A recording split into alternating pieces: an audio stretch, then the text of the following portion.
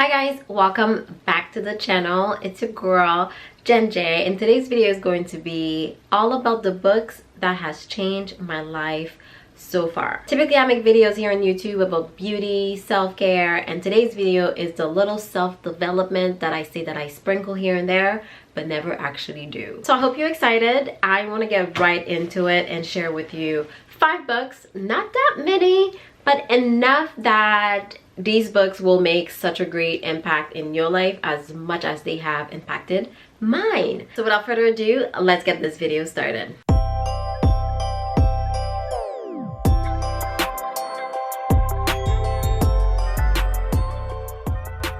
I started reading self-development books in 2020. I mean, do I need to say more or do I need to say why? 2020 was one of those years, and yeah, that's when it all started for me. And I just knew that there was much more out there that I needed to learn that I wasn't getting in my circle, that I wasn't getting around me. I wasn't getting a different perspective from the people that I was talking to. Because let's face it, we are the product of our environment. And at the end of the day, if you feel like you are not getting the information that you want, or you just feel like there's more out there, there's something that's missing in your life, that's where books comes in. Books actually started before therapy for me. As you guys know, I talk about it all the time and I'm very open about it. I'm in therapy right now, but before therapy started, before I was comfortable even talking to a stranger essentially about all of my life problems, it started with books.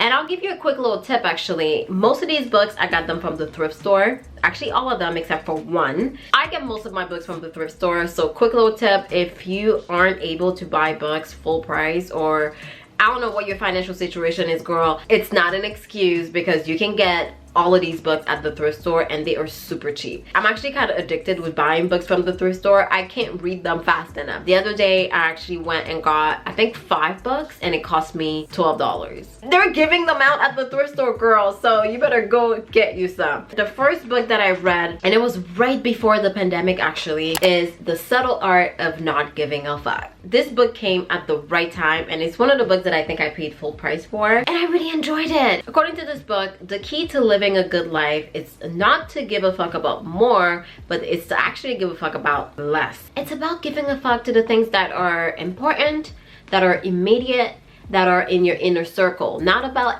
everything that's happening. Because let's face it, everybody has problems, everybody has something that's going wrong in their lives, and we can't save them all, especially if you're someone who cares, who likes to help other people.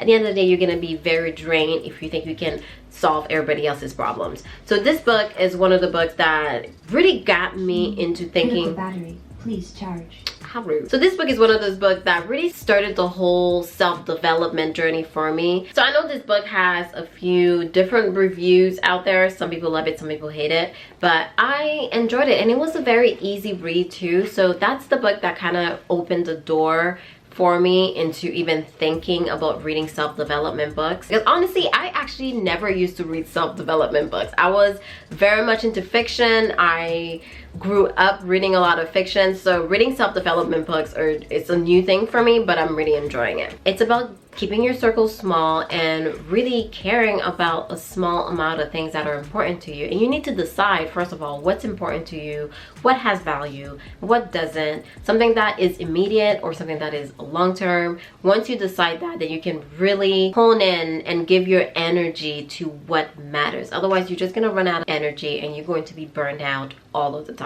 So, highly recommend The Subtle Art of Not Giving a Beep. There's one quote in this book that says, you will never be happy if you keep searching for happiness, and you'll never live life if you keep looking for the meaning of life. And that quote really stayed with me. The second book is one that really impacted me, and to this day I talk about it all the time, but it's one of those books that I hold really dear to my heart, and I think it's one of those books that I would want to reread at some point. The 7 Habits of Highly Effective People. It's thick. It's not really easy to read, but once you get into it, the information is just so mind-blowing. This is the book that really changed my perspective on a lot of things. So changing your behavior and changing your life starts with you changing your perspective. Really changing how you see things. Your perspective really determines how you take in situations, and your interpretation ultimately dictates how you behave in these situations. So changing your perspective ultimately will change your behavior. And to take it a step further, your behavior ultimately dictate your outcome, which collectively shapes your life. Very powerful book. There's so many different lessons in here. There's 7 habits that he goes into great details about. This is the book that ultimately got me to think about my mission statement. And a mission statement is basically a few paragraphs that you would decide that you would write down. One of the things that the author talked about is think about what you want people to say at your funeral. So when I started thinking about things that way, it really got me thinking about the way that I want to live my life, the impact that I want to have on others, and just the type of person that I want to be overall. I wrote a mission statement. I really sat down to think about my perspective, how I see things, how I was going about life, the way I was processing things. And at the end of the day, like I said, we are the result of our environment. So the way that I was absorbing information, I felt like I was taking it into my little Haitian upbringing, outlook on things, so I would digest things in a certain way. And I realized that, yeah, my perspective had a lot to do with how I was behaving. So this book is very good, very powerful. It's big, it's long. It actually took me a long time to read, but I'm very happy I read it. So could not recommend this enough if you're trying to change your perspective. There's actually a picture in here. Actually, let me see if I can find it. So basically, you can look at this picture and see 2 different things. One way you can look at this picture is this young lady with like a scarf over her head. She's looking away. Or the other way you can look at this is an old lady facing the camera. I don't know if you can see it. So the old lady, this will be her nose. Once you see it, you can't unsee. This would be her nose. These is her eyes, and she's looking this way. She has this thing on her head. Or you can see the other way where it's a younger lady that's looking away. So now this is her ears and this is her face, her eyes, or back here. I don't know if you can see it, but you can literally look at the same picture and see 2 different things. Another thing that he talked about, which stayed with me, was the idea of the golden egg. So basically, for you to be productive, you need to take care of yourself. And I am very big on self-care. You guys know that. I just thought it was because I was raised that way and I love products.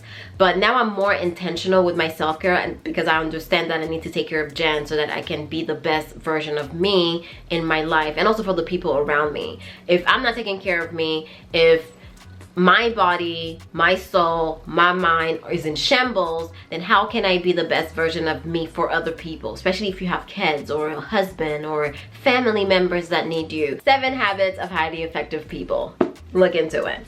By the way, all of the books will be linked down below if you're interested. The 3rd book that I read, which is another great one, and everybody on the internet talks about this book, so I was kind of reluctant to include it, but it's that good. There's a reason why we all love it. Atomic Habits. Yes. Yeah, this book is the holy grail of creating better habits as you let go of the one that no longer serves you. There are things in our life that we wish we could do but really don't know where to start. There are habits that we want to break. There are habits that we want to implement. And sometimes we behave in a way that we know we shouldn't be behaving, but yet here we are and we don't know how to break that cycle. And this is where this book comes in. It gets you to think, are you the person that you want to be? And if not, how do you get to that level? Small improvements, so being 1% better every single day, that's what's going to make a huge difference in your life. That's what's going to eventually change your behavior versus trying to change everything at once. And yeah, I want to go to the gym, so then you go and you buy a bunch of clothes, you get a gym membership, you go to a gym that's away from your house, and then now you're not able to keep up with all of the different habits that you implemented, versus starting small, starting to work out at home, or you get new clothes, but make sure that your gym is on your way home or on your way to work, so that it's already part of a routine that you already do and you're most likely to do it. So again, really good book. There's a reason why I'm recommending it. It was easy to read too. It was a very interesting read. And I like to talk about how easy your book is to read, because some of these books can be so dry. He also talks about systems in this book, which really stayed with me, because a lot of the time, at least for me, when I think about how I'm going to be a better person or how I'm going to achieve my 2022 goals, for example, I think about things from a goal perspective, where he really wants to shift our perspective and think about things from a system perspective. So if your system are in place, then it's easier for you to actually accomplish your goal or to stick with your goals, versus if your system is out of whack and you're focusing on accomplishing your goals, then it's not going to be sustainable because basically the foundation is not solid. Tiny changes, remarkable results. So it's about doing the small things every single day that eventually is going to have a huge compound effect on your life. Great book. The fourth book that I'm going to mention is Emotional Intelligence 2.0, and this is a recent read for me. I really enjoyed it because it was, first of all, very easy to read, but it came at a right time in my life where I just felt like I had a lot going on, especially on an emotional level. And a little thing about me, I'm Haitian, if you don't know, and growing up, we never dealt with emotions. I feel like it's one of the areas of my life that I was just never taught how to handle emotions. Turns out I'm a very emotional person, but the way that I dealt with it my entire life is to push it down. Don't deal with it. Don't react to it. Just push it down. And of course, what happens when you push things down a barrel for too long? Things explode. And as I would have these outbursts in my adult years, I would feel so frustrated at myself. I would always think, why am I so weak? You know, why am I crying? Why is this affecting me? I should be stronger than that. And that's definitely something that I explored more in therapy. But first of all, emotions are not weakness, but there's so many different things that you can do to deal with your emotions. But it all starts with being aware, understanding your emotions, understanding your triggers. And this book is really good for that. If anything, I find that it doesn't really expand on a lot of the ideas, but it really gives you a lot of food for thoughts. And some of the chapters are very quick, easy, little bullet points, if anything, to give you some tactics basically on how to deal with your emotions. This book is basically the gateway for me when it comes to exploring my emotions. That's what started it all for me. And I think it's a great area to start if you've just never dealt with your emotions and you've never even really studied them or understand what's going on with you. I think this is a good book. So basically, emotional intelligence is the ability to recognize your emotion, recognize the emotion in others, and use this awareness to develop your behavior and relationship. 4 different pillars that this book touched bases on, and it's self-awareness, self-management, social awareness, and relationship management. And these pillars really help you process your emotion, manage your triggers, develop healthy habits, and succeed in your career path. Being in tune in your emotions is not weakness, and being able to understand your emotion is actually going to put you on a better path where you're not victim to your emotions, but you're able to understand them and also control them a lot better. Emotional Intelligence 2.0. If you are Caribbean like me and you've just never dealt with emotions as a kid, you just kind of like learn to suck it up, then read this book. All right, so my last book, I am currently reading it. Actually, I'm not done, but it's so impactful that I wanted to mention it in this video. It's called Getting Things Done. This is the perfect time for me to be reading this book because I have so many projects, so many things that I want to accomplish in my life, and this is really keeping me organized. Now, I thought I was organized before reading this book, but it's really letting me know how flawed my system was. I had things everywhere. I'm the queen of sticky notes. I have notebooks upon notebooks. I have notes in my iPad. I have notes on my computer. Things are everywhere. And this book is really teaching me how to offload my brain. First of all, you should never keep anything in your brain. Your brain is not storage. And if you have something stored in your brain, it's going to keep you up at night as you think about it at the most random time, of course. You know, when you're trying to go to sleep, did I do this? Did I do that?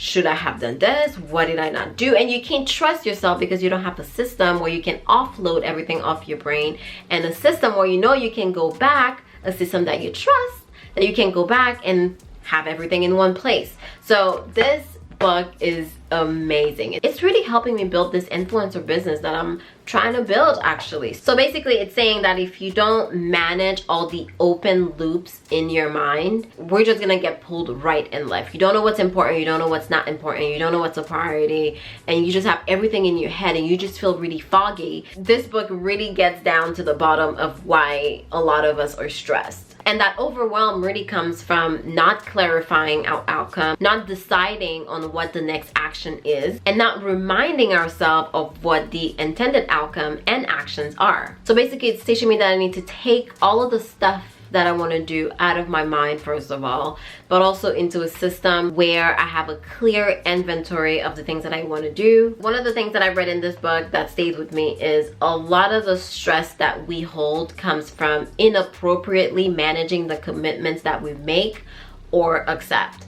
And you know what, I was like, yeah, that sounds about right. Especially with me, I used to be a yes person, so I would say yes to a lot of things, and then I can't actually manage my life because now I'm overwhelmed because I have to still deal with my life. I have to deal with the commitments that I said I was gonna do, all the things that I thought I had the time to do, but turns out I don't. So yeah. I have been doing a lot of cleaning up since reading this book, especially with all of the things that I have on my computer, on my iPad, in notes, etc. I've been doing a lot of cleanups and just like closing all the tabs in my head so that everything can be streamlined in one process, and I know what I need to be working on, when I need to work on it, and the things that are not as important, I can push those back. So yeah, just managing your time and managing all of the tabs that are open in your head is ultimately going to help you live a life that is more meaningful, that is stress-free, more accomplished because you're getting things done, and you're going to just trust yourself a lot more because you know that you are handling all of the overwhelmed in your life properly. So yeah, I'm not even done yet, girl. I'm not even done, and this book is changing my life. And that is it. Those are the 5 books that I've read that has really been changing my life. They had a huge impact. So many of us are in a position in our lives where we can't really afford therapy. We can't really afford to talk to someone, or you know, we know that there's more out there and we just don't know how to tap into it. And that's where books comes in, at least for me. Huge advocate of not